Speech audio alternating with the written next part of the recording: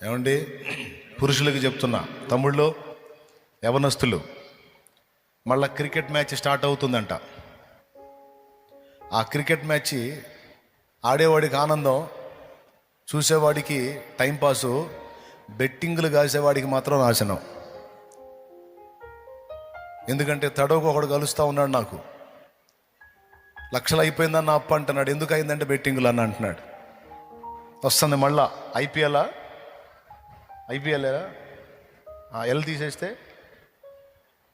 అది ఐపీఎల్లో ఎల్ తీసేస్తే అది బెట్టింగులు పెడితే ఐపీ పెట్టి జంప్ అవటమే. కాబట్టి యవనస్తులకు చెప్తున్నా, వద్దు.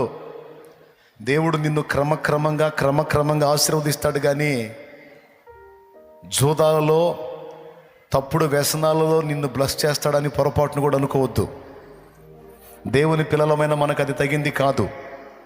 దయచేసి ఇక్కడ ఉన్నవాళ్ళు, లైవ్లో వీక్షించే వాళ్ళు అందరికీ చెప్తున్నా, దయచేసి బెట్టింగుల జోలికి పోవద్దు. ఆ వ్యసనాలు ఎవరికైనా ఉంటే వాటిని విసర్జించి మారు మనసు పొందండి. నా తండ్రి నిన్ను క్రమక్రమంగా ఆశీర్వదిస్తాడు, ఒక స్థాయికి తెస్తాడు. అంతవరకు ఓపికతో దేవుని ముందు కాచుకొని ఉండు. కానీ ఏక్ దిన్ మే కౌన్ బనేగా కరోడ్పతి అని పిచ్చి పిచ్చి పనులు చేస్తే ఏక్ దిన్ మే పతన హో జాతా.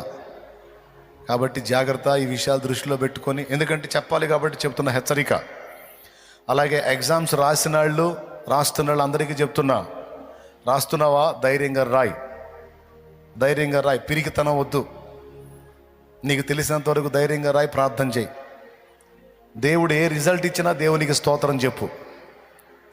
నాకు తక్కువ మార్కులు వచ్చాయనో, లేకపోతే మా అమ్మ తిట్టిందనో, మయ్య తిట్టాడనో, లేకపోతే నా ఫ్రెండ్కి ఎక్కువ మార్కులు వచ్చినాయనో. కొంతమంది పిల్లలు పైనుంచి దూకటం, ఫ్యాన్ కూరేసుకోవటం, పిచ్చి పిచ్చి పనులు చేస్తారు రిజల్ట్ వచ్చినప్పుడు.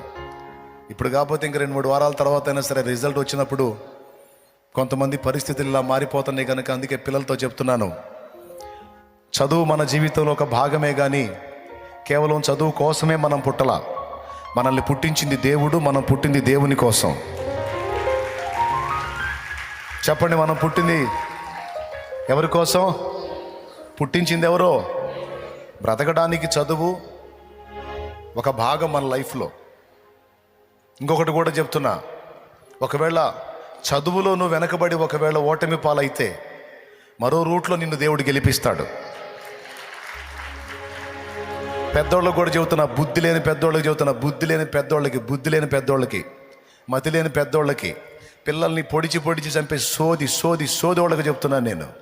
పిల్లల్ని పీడించుకు తినే సైకోలకు చెప్తున్నా, పిల్లల్ని పీడించుకు తినే సైకోలకు చెప్తున్నాను నేను.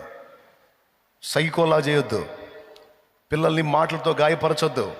వాళ్ళ చిన్న గుండెల్ని ఇబ్బంది పెట్టొద్దు. ధైర్యపరిచేటట్టు ఉండాలి, ఫ్రెండ్లీగా ఉండాలి. వాళ్ళ మనసిప్పి నీతో మాట్లాడుకునే విధంగా నువ్వు వాళ్ళకి అందుబాటులో ఉండాలి. వాళ్ళ మీద బరువైన కాడి మోపి వాళ్ళని ఏదో చేసేటట్టు చేయొద్దు. నువ్వు అనుకుంటున్నావు, నేను ఇట్లా మాట్లాడుతుంటే నీకు మండొచ్చు, మండితే మండనే, ప్రాబ్లం లేదు. కానీ జరగరాని జరిగిందనుకో, బతుకంతా మండుతానే ఉంటావు. పిల్లల ప్రాణాలు తల్లిదండ్రులే వాళ్ళ మాటలతో తీసేసుకుంటున్నారు, కొంతమంది పనికిమాలిన మాటలతో. వాళ్ళకేం తెలియచావదు, వాళ్ళకి ఆవేశం ఎక్కువ, ఆలోచన తక్కువ. మరీ దారుణం ఏంటంటే ఈ టీనేజ్ 13 ఏళ్ల నుంచి ఈ 21 సంవత్సరం లోపు పిల్లలందరూ ఒక డిఫరెంట్ మెంటాలిటీతో ఉంటారు. వాడికి తెలియదు, ఒకటి చెబితే వినరు, ఆసోది మైండ్లో ఉంటారు. ఈ టైంలో చాలా బ్యాలెన్స్గా లాక్కు రావాలి పిల్లల్ని. లేకపోతే పిల్లల్ని కోల్పోయి కడుపు కోతతో రేపు కుయ్యో ముర్రాన్ని మొత్తుకోవాల్సి వచ్చింది. అందుకే పిల్లల్ని కన్నావు, అందరికి అన్నారు, నువ్వు కూడా కన్నావులే, కానీ ఓవర్ యాక్షన్ చేయొద్దు. దేవునికి స్తోత్రం. జాగ్రత్త. వాళ్ళని కొంచెం ఆదరించి ధైర్యపరిచి, ఎగ్జామ్ రాశారా, రిజల్ట్ ఏదో వచ్చినా పర్వాలేదులేమ్మా, కష్టపడ్డావురా, రాసావు, ప్రాబ్లం లేదులేరా, ఏది రిజల్ట్ వచ్చినా పర్వాలేదులే, ఒకవేళ ఏదన్నా ఒక సబ్జెక్ట్ ఉన్నా మళ్ళీ రాసుకుందుకు వెళ్ళే బేటా, ఏం పర్వాలేదని చెప్పి ధైర్యపరచాలి. అంతేగాని నీ బొంద మీద ఎన్ని పోసా దరిద్రదాన సైతాందాన సావనన్న చావట్లేదు. ఇట్లాంటి పనికి మాల మాటలు మాట్లాడొద్దు. మాట్లాడేవాళ్ళు ఉన్నారా లేదా? ఎంతమంది ఒప్పుకుంటారు? పిల్లలు చేయెత్తుతున్నారు. వాళ్ళ ఇంట్లో ఉన్నారేమో అట్టంటి వాళ్ళు. దేవునికి స్తోత్రం. నేను చెప్పే మాటలు మంచి మాటలు అండి, తీసుకొని జాగ్రత్త పడండి. పిల్లల్ని ఇబ్బంది పెట్టొద్దు. వాళ్ళకి తెలిసినంత వరకు వాళ్ళు చేశారు, వదిలేసేయండి.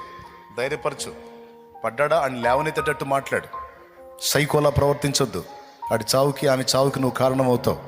నీ కడుపే కోతకు గురైద్ది. వద్దు. ధైర్యపరచండి, పిల్లల్ని ప్రోత్సహించండి, భక్తికి రేపండి, ఫ్రెండ్లీగా వ్యవహరించండి, దేవుని విలువలు వాళ్ళకి చెప్పండి, దేవుణ్ణి బట్టి ధైర్యాన్ని నూరిపోయింది. ఓకే.